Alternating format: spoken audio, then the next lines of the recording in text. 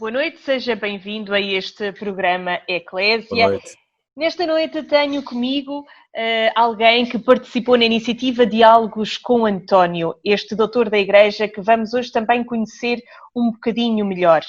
Boa noite, José Carlos Carvalho, docente da Universidade Católica no Porto. Obrigada pela disponibilidade de estar neste programa Eclésia. Boa noite, obrigado pelo convite. José Carlos participou no painel A Força da Palavra. 800 anos depois de Santo António passar por este Portugal fora, de que forma é que a sua palavra, de que forma é que não conhecemos ainda a palavra que Santo António deixou? Conhecemos mais a figura do que propriamente os seus ensinamentos. Os sermões estão publicados e saiu recentemente uma nova versão, mas era muito interessante e enriquecedor conhecer esses textos, a leitura que ele faz da Escritura, como prega, o que prega, não é? O que ficou na iconografia, sobretudo dos momentos marcantes da sua vida, a passagem por Coimbra, não é? A sua vida em Lisboa, mas era muito interessante também passar pelos textos, pelo modo como ele lê o mundo, como interpreta, para aí ver, digamos, a atualidade dessa palavra, a força que ele encontrou na palavra bíblica, que para ele foi inspiradora, em cuja inspiração ele encontrou também força que o inspirou, por sua vez, a anunciá-la, a comentá-la e também fazer a leitura dos sinais do seu tempo com essa palavra. Até porque, para quem não sabe, Santo António iniciou na regra agostiniana, não é? E depois é que se torna franciscano. E foi nessa primeira fase da vida que estudou muito a Bíblia.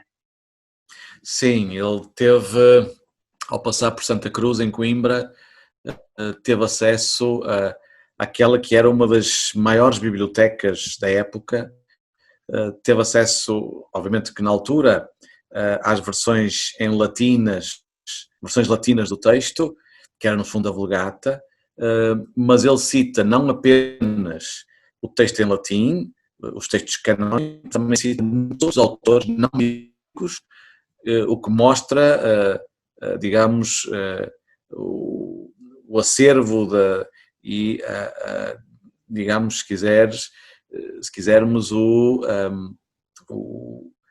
a bagagem de Santo António, que lhe permite dialogar com os diversos atores, conhecer a própria história.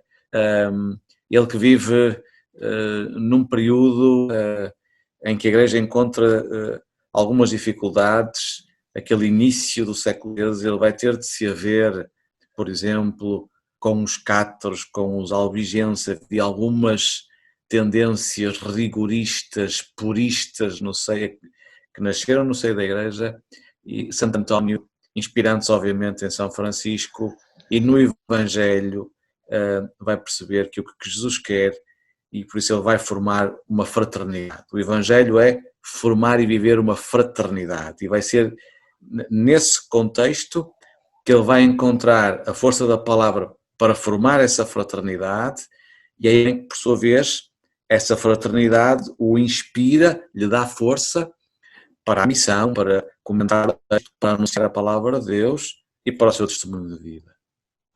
O Santo António é talvez daquelas primeiras figuras, há 800 anos, que fala precisamente e que dá a conhecer este lado mais fraterno da palavra. A questão aqui dos afetos, do viver em comunhão, da questão mesmo do amor a si próprio e aos outros. Sim, eu conheço mais, obviamente, os textos que ele escreveu. Confesso que não sou tão conhecedor da vida área, mas certamente inspirando-se em São Francisco, Santo Agostinho percebeu bem a mensagem de Jesus. Isto é, a boa notícia é de que somos todos irmãos, e daí a sua preocupação no cuidado pelo outro e também pela própria criação. Tema tão atual hoje, estamos a comemorar os 5 anos da Laudato Si, portanto, foi esse cuidado pelo outro, pelos pobres, pelos mais frágeis, pelos doentes, que fazia com que na comunidade houvesse sempre um abrigo para quem chegasse, para acudir aos mais frágeis, e essa fraternidade tornou-se um oásis, um viveiro da fé, também de crescimento espiritual do próprio Santo António. E é por isso que ela se alargou e que se desmultiplicou tanto, não é? Não apenas em Portugal, mas depois pelo mundo. E coincidiu esse encontro em Coimbra também para comemorar os 800 anos dos mártires, dos primeiros companheiros que deram a vida, que pagaram com a vida o testemunho dessa fraternidade, que não era possível esconder, que eles não conseguiam não calar, anunciar e dizer também para os outros, inclusive em Marrocos, perante a adversidade do Islão. José Carlos, destes afetos, desta emoção que o Santo António colocava também nas suas palavras, tirando e bebendo da palavra, foi isso que foi atraindo as pessoas para o ouvirem, porque conhecemos este lado de pregador do Santo António. Sim, só que esse lado pregador pode, por vezes, ser desvirtuado, porque o pregador, o Santo António, pregador não era meramente um diletante, a sua pregação não era uma verborreia, não, era eloquente, não é? Era incisiva no modelo de interpretação da palavra de Deus da época, em que ele próprio indica no prólogo geral das suas obras que ele prefere o modelo alegórico e anagógico. É uma interpretação muito espiritual da palavra, por vezes também muito moralista, onde ele mostra que esta palavra continua atual e continua a incidir hoje na vida, quer dele e no seu tempo, dos seus contemporâneos, e continua hoje a incidir na nossa vida presente, atual, do início do século XXI. Por isso, ele é pregador e foi declarado doutor da Igreja, não é por acaso, pela santidade de vida, pela eloquência dos seus textos, pela acribia com que interpreta a palavra de Deus e pela novidade que traz na aplicação que faz dessa palavra à vida. E, inclusive, em algumas passagens, ele vê na Escritura uma crítica a algumas práticas da Igreja do seu próprio tempo. E ele é pregador, não deixando de ser também crítico quando tem de o ser, denunciando as injustiças, obviamente,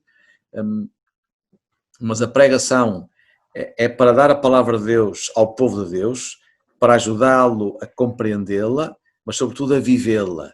É por isso que muitas vezes os seus sermões têm também um estilo algo moralista, porque é aplicado à vida dos seus ouvintes, e temos de ter em conta que no início do século XIII grande parte da população era analfabeta. Olhando e sendo conhecedor dos textos de Santo António, José Carlos, desafiava-o a tirar uma ou duas passagens que achasse que ainda fazem sentido para os dias de hoje. Aquilo que me dizia, que também os seus textos de crítico, a forma como pregava e ia buscar o dia-a-dia das pessoas, ainda são atuais nos dias de hoje. Sim, há muitos... Ele comentou para o Antigo Testamento e privilegiou o Gênesis, os Salmos, o profeta Isaías. No Novo Testamento comentou os 4 Evangelhos. Curiosamente comentou o Apocalipse. E é aí que ele, lendo, por exemplo, aquela lamentação longa sobre a Babilónia no capítulo 18, ele olha para o texto e escutando novamente, no início do século XIII, aquela lamentação e aquela crítica àquela cidade, ele de algum modo, curiosamente, vai antecipar a crítica que a Reforma vai fazer. Aquela Babilónia é por vezes também a Igreja quando se perde naquilo que não é o Evangelho. Ele comenta, se a memória me traiçoa, só a segunda e a terceira carta de João e a carta a Filémon é que nunca são citadas por Santo António, no que diz respeito ao Novo Testamento, mas ele comenta muitas das parábolas dos Evangelhos. E, como eu referia, nessa leitura muitas vezes espiritual e moralista, ele tenta buscar no Antigo Testamento, de algum modo, o esboço, a profecia que agora se vê cumprida na passagem, e depois estabelece um grande diálogo com as parábolas do joio, do trigo, com ele que era um amante da natureza, não é? E para precisamente que há uma compaginação entre a linguagem evangélica e a própria natureza. A própria natureza, ela é já evangelho. Então ele mostra que há uma coincidência entre o que a beleza do Criador nos permite conhecer e aquilo que nos oferece na natureza e aquilo que o próprio Jesus da mesma natureza conta nos Evangelhos.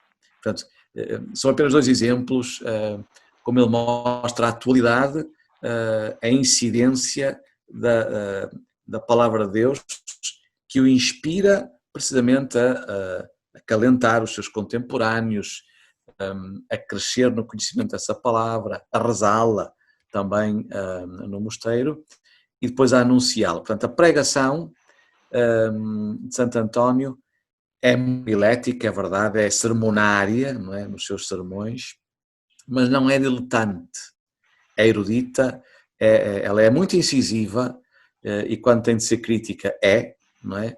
Denunciando as injustiças, chamando a atenção para os pecados, sejam eles quais forem, não é?